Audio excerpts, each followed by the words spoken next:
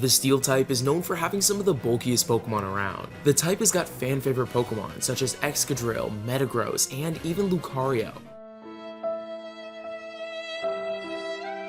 Because of Pokemon like this, many people believe the Steel type is the best type in the game, but I really wanted to put that theory to the test, so I wanted to see if I could beat Pokemon Black 2 using only Steel types. But just to make sure this run is that much more difficult, I'm going to be adding on the hardcore Nuzlocke rules that you see on screen now. With that being said, let's see if the Steel type can steal... Never mind. I start my journey off by picking this fake starter Snivy so that my rival can have a Tepig. Since Snivy obviously isn't a Steel type, I have to make my way all the way to the ranch so that I could catch a Riolu. As I'm heading towards the ranch, I get taught how to Pokemon for the millionth time in my life. And I then witness Alder jump off this cliff like a maniac. After running away from the scene, I finally find myself in the ranch and I catch myself a Riolu. I name him Cobalt, and much like Snivy, he's not a Steel type. But after walking around in the grass for what felt like hours, I eventually got my friendship high enough so that I could evolve Riolu into Lucario. Once I do that, I compare Lucario's stats with Snivy's, and Lucario's are just so much better. I throw Snivy in the trash and move on to go save this Herdier. Takes me a minute, but eventually I successfully save Herdier, and after doing that, I just have to go challenge the first gym. Charon leads the battle with Patrat as I lead with Lucario. On the first 2 turns, I go for 2 consecutive quick attacks, bringing Patrat down into the red as he hits me with a tackle after setting up a workup. Even with the workup, the tackle manages to do pretty much no damage, and on the following 2 turns, Charon heals and I'm able to finish off Patrat with 2 more quick attacks. This leads me into Charon's final Pokemon Lillipup, and right away I hit a quick attack as Lillipup sets up with workup. On the next turn I go for a second quick attack, bringing Lillipup to about a third as I get hit with a tackle for minimal damage. I then finish off Lillipup on the following turn with another quick attack, and that wins me my first gym badge. With the first gym down, I head into Verbank City where I can catch my next Pokemon. This Pokemon is in the Verbank City complex, and after a while I finally find myself a Magnemite. After catching him, I name him Iron, then find out he's got a neutral nature, which isn't good or bad. I then bring all my team up to the level cap so I could challenge the next gym. This fight against Roxy was really boring. I mean, she has a ton of poison types with poison type moves, and since poison can't even hit Lucario, I was just taking not very effective damage every single turn. On top of that, I was doing hardly any damage with these quick attacks, so after 13 turns, I finally took down Coughing and Whirlipede, and that wins me my second gym badge. Little did I know, while I was spamming quick attack, this guy from Pokestar Studios was watching me, and he wants me to go work with him. Of course, I take this opportunity to put my full talent on display, and as I'm doing that, we end up watching this movie that everybody seems to love. Once I fully secure my job in Pokestar Studios, I move on to Castelia City. The first thing me and my rival do when we get here is go to the sewers for some reason.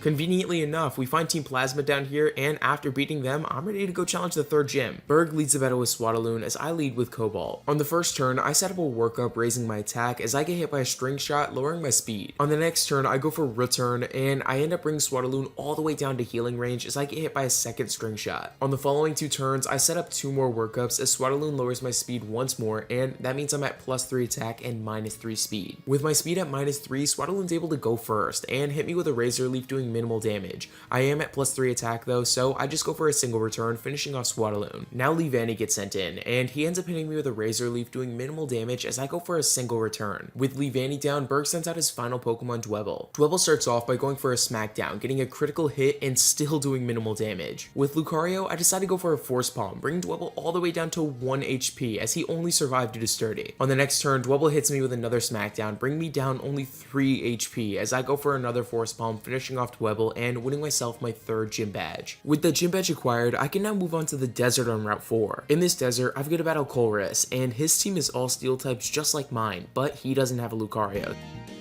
So after sweeping him, I find the TM for Dig and move on towards Nimbasa City. Once I get into the city, I meet this couple who's on a first date, and this date is not going well for the guy. This girl says he does nothing but play guitar. Ouch. It's after this conversation that I realize that I need to start preparing for Elise's gym. To do this, I backtrack all the way to Castelia City, where I find myself in the sewers once again.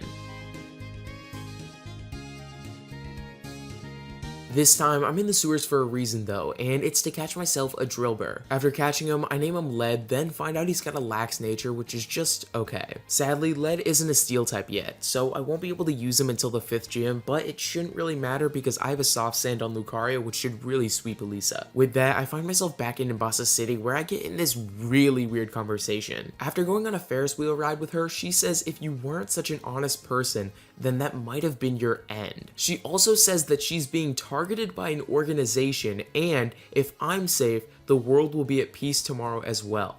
Like, what? If anybody can let me know why she says this, please let me know. I'm really intrigued. Either way, after that really strange conversation, I move on to fight Elisa. She leads the battle with Emolga as I lead with Cobalt. Right away, I figure I'm gonna get hit with a Volt Switch, so I decide to go for a workup, and that's exactly what happens as Elisa switches into Zebstrika. Zebstrika's faster than me and starts out by going for a Flame Charge, bringing me down to 23 HP as I go for a Dig. This Dig finishes off Zebstrika and leads me into the next Pokemon, Falafi. Against Falafi, I go for a single dig, one-shotting, as that means Elisa's onto her final Pokemon, Emolga. Against Emolga, I try and go for me first, because I thought it was a priority move, but it is obviously not, as I end up getting slammed by a Volt Switch, bringing me all the way down to 4 HP. That was extremely dumb on my end, because now I have to risk losing Lucario. The only thing I can do here is switch out, so that's what I try to do, and thankfully, Emolga doesn't go for Pursuit, and I'm able to switch out freely into Iron. Iron takes not very effective damage on the switch in, and on the following 3 turns, I end up taking out Emolga with 3 consecutive mirror shots, and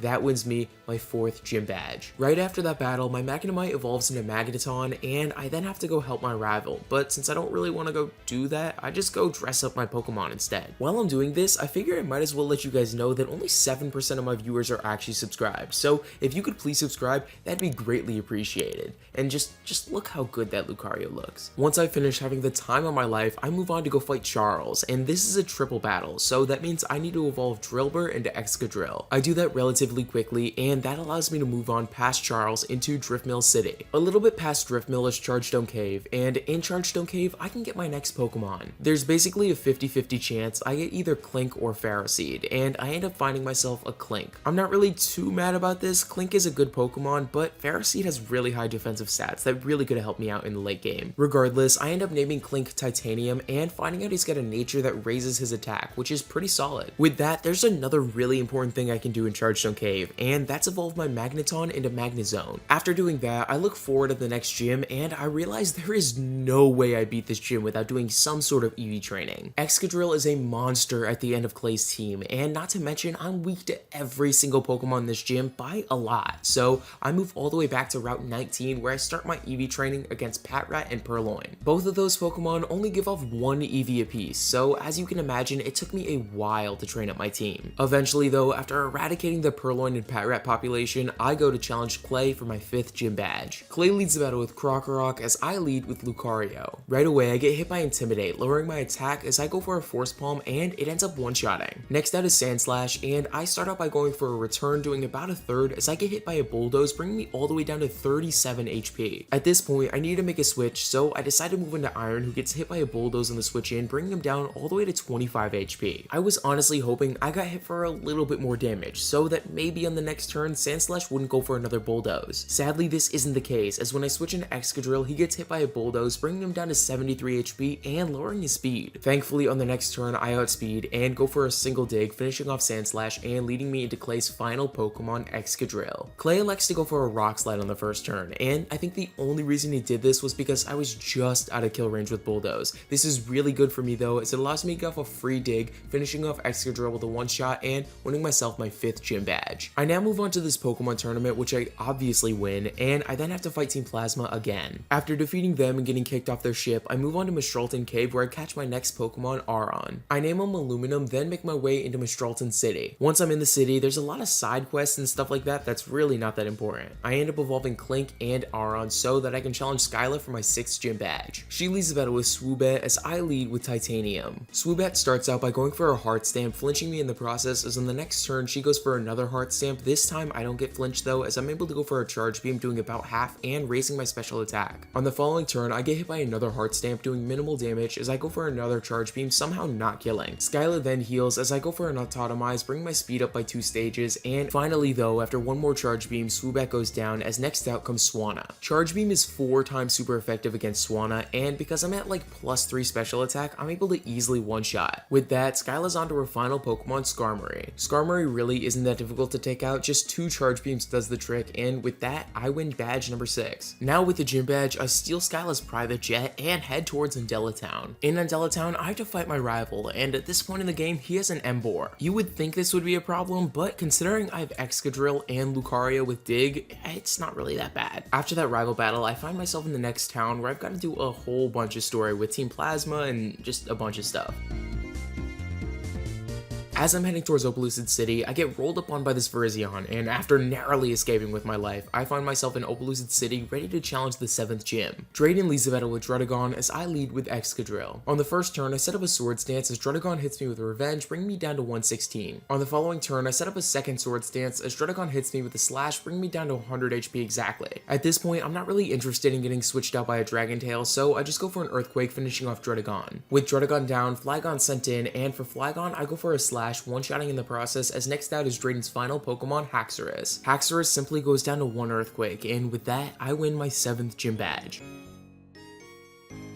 Right after I get that gym badge, Opelucid City gets iced by Team Plasma, and I'm forced to make my way through all of these Team Plasma members. After I beat the last member, I get these DNA splicers, which are immediately robbed from me. I make an attempt to go get them back, but the guy who took them can teleport, so I decide to cut my losses and catch my next Pokemon. The Pokemon I catch is a Ponyard that I named Silver, and I look at its nature and it's adamant, which is the best possible nature he could have had. With Ponyard on the team, I'm free to go to Undella Town and challenge the 8th gym. Right before the battle started, Titanium evolves into Klinklang, and in the battle, Marlin leads with Caracosta as I lead with Iron. I start out by going for a Discharge, bring Caracosta down to 1 HP because of Sturdy as I get hit with a Scald. Scald does minimal damage, as on the next turn, Marlin heals as I go for another Discharge, doing the same thing. Marlin decides he doesn't want to heal again, so I'm able to finish off Caracosta with a Flash Cannon, as next out comes Wailord. Once Wailord came out, I expected him to live a Discharge, but he ends up going down to a one-shot, as that leads me into Marlin's final Pokemon, Jellicent. On the first turn, Jellicent survives a Discharge as he hits me with a Scald, really not doing that much damage, but it ends up burning me. Sadly for Jellicent though, this burn doesn't really matter, as I'm able to go for a Discharge on the next turn, finishing off Jellicent and winning myself my final gym badge of this run. I now find Colress again, and he gives me this device, and the only thing I use this for is waking up this poor sleeping Crustle just to beat him up. Regardless of the crime I just committed though, I now have to go fight a ton of Team Plasma, and since a lot of this is just really boring, I'm only going to cover the important bits. With that, after defeating Team Plasma in Seaside Cave, I have to go to the Giant Chasm to fully finish them off. After attempting to guess this password about 100 times, I eventually make it through this gate and am ready to challenge Colress. My team of Steel types is significantly better than his, and after essentially sweeping him, I'm finally able to go fight Black Kyurem. For this fight, I'm able to lead with Excadrill and simply go for just 2 Earthquakes, finishing off Kyurem and leading me into my fight against Ghetsis. Ghetsis leads the battle with Cofagrigus as I lead with Excadrill. On the first turn, I set up a Sword Stance as I get hit by a Shadow Ball, not doing too much damage. On the next turn, I set up a second Sword Stance as I get hit by another Shadow Ball, again, not doing too much. Now at this point, I'm at +4 attack, and I'm faster than every single one of Ghetsis' remaining Pokemon, so you could probably guess how this battle went from here.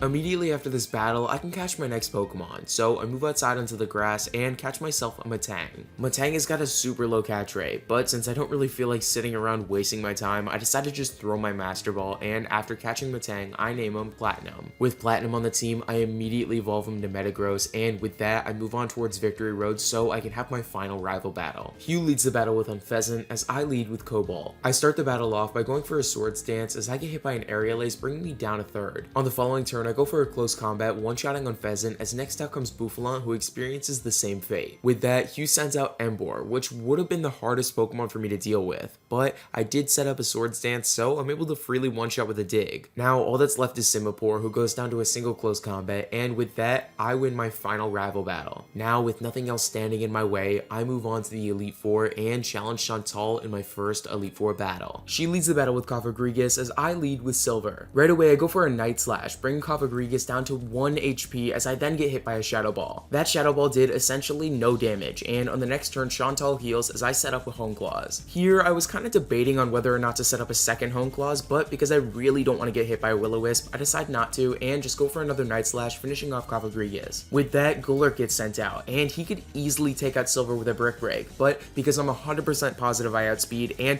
I think I raised my attack just enough, I decide to go for a Night Slash, and thankfully it finishes off Golurk with a one-shot. Now Chandelure gets sent out, and she experiences the same fate as Golurk, getting one-shotted by a single Night Slash and leading me into Chantal's final Pokemon, Drifloon. I assumed Drifloon was pretty tanky and would survive a Night Slash, but thankfully I'm wrong about that as Drifloon goes down to a single one, and that wins me my first Elite Four battle. Next up, I decide to go fight Grimsley, and he leads the battle with Liepard as I lead with Cobalt. Liepard starts out by going for a Fake Out, and usually I would just flinch here, but because of my ability Inner Focus, I don't end up flinching, and I'm able to freely set up a Swords Dance. With my attack up 2, I go for a Drain Punch on Liepard, one-shotting in the process as next out comes Crocodile. Immediately, Crocodile lowers my attack with Intimidate, but because I'm pretty confident I'm still gonna one-shot, I decide to go for a Drain Punch anyways, and it ends up one-shotting. With that, Scrafty gets sent in, but it's not really a huge issue, so I just go for a single Drain Punch, finishing off Scrafty and leading me into Grimsley's final Pokemon, Bisharp. Bisharp is 4 times weak to fighting type moves, so after a single Drain Punch, I win my second Elite Four battle. Next up, I can go fight Caitlyn or Marshall, but Marshall's got a lot of fighting types that I'm really worried about, so I just go fight Caitlyn. She leads the battle with Musharna as I lead with Excadrill. Right away, I set up a Swords Dance as Musharna sets up a Yawn. On the next turn, I go for another Swords Dance as Musharna tries to set up a second Yawn for some reason.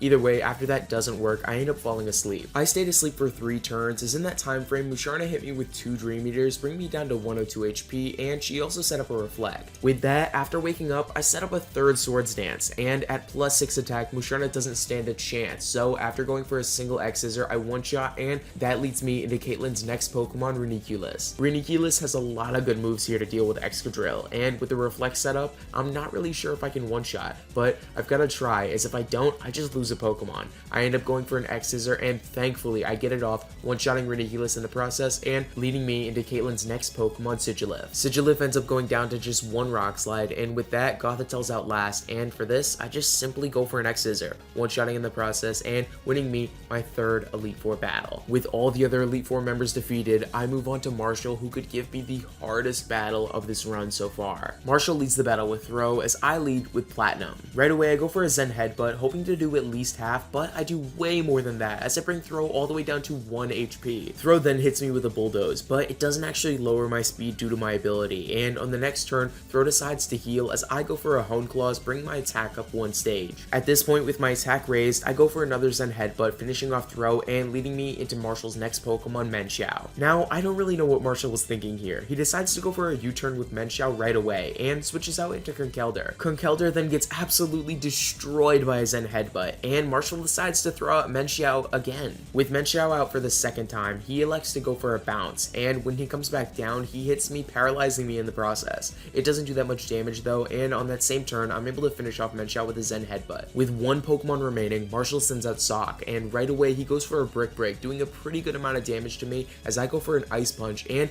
I end up getting a lucky freeze. The reason I went for Ice Punch there was so I could break Sturdy, and with Sock frozen, I'm able to just switch into Lead and go for a single Earthquake, finishing off Sock and winning myself my final Elite Four battle. At this point, with the rest of the run behind us, I move on to fight Iris in the final battle of this run. She leads with Hydreigon as I lead with Platinum. I'm gonna go for a Ice Punch. See how much damage that does. I'm gonna get hit with a Flamethrower, but we just gotta hope it doesn't kill. I mean, that's really all we can hope for. Let's see. Flamethrower is gonna be powerful. Okay, it doesn't kill. Brings me down to half. Ice Punch does about the same. But Hydreigon is faster than me, so that means Platinum is gonna go down in this turn, I think.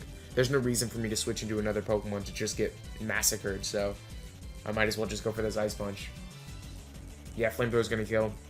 It's a shame Platinum had to go down, but I think Platinum did enough damage so that I could switch into Cobalt now, and I feel safe enough to go for a Draining Punch, or a Drain Punch.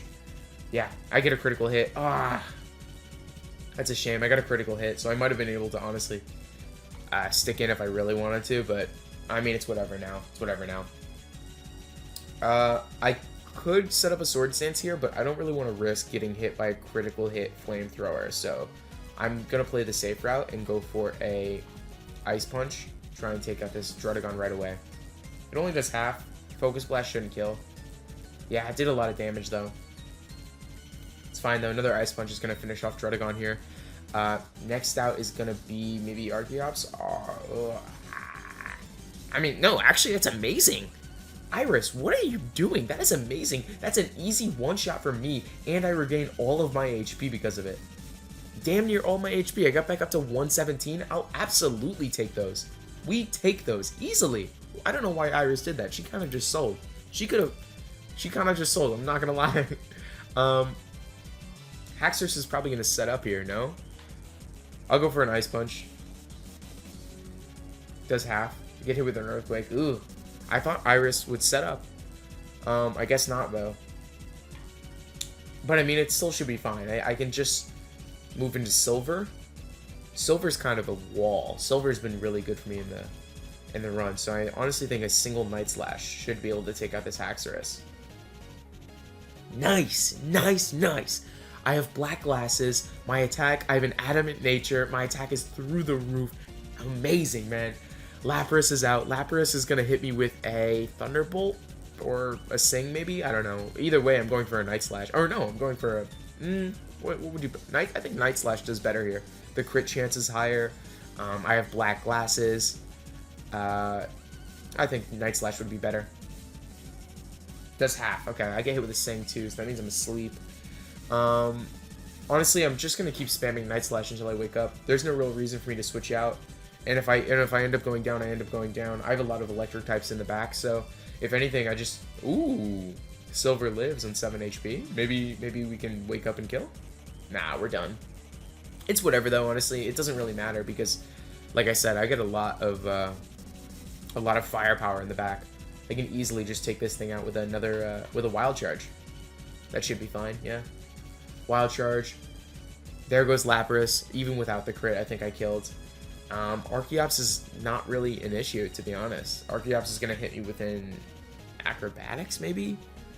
Rock Slide, Dragon Claw? None of those moves are super effective. I just got to go for a Gear Grind. And I'm faster. So, I mean, that's just the end of the run, baby. That's it, man. I think that, dude, Steel types, bro. Steel type is probably my favorite type. So, like, winning a run like this is definitely rewarding in that aspect. With that being said, I hope you all enjoyed. If you did, please consider subscribing. It really does help me out. And with that being said, that was my attempt at a Pokemon Black 2 Hardcore Nuzlocke using only Steel types.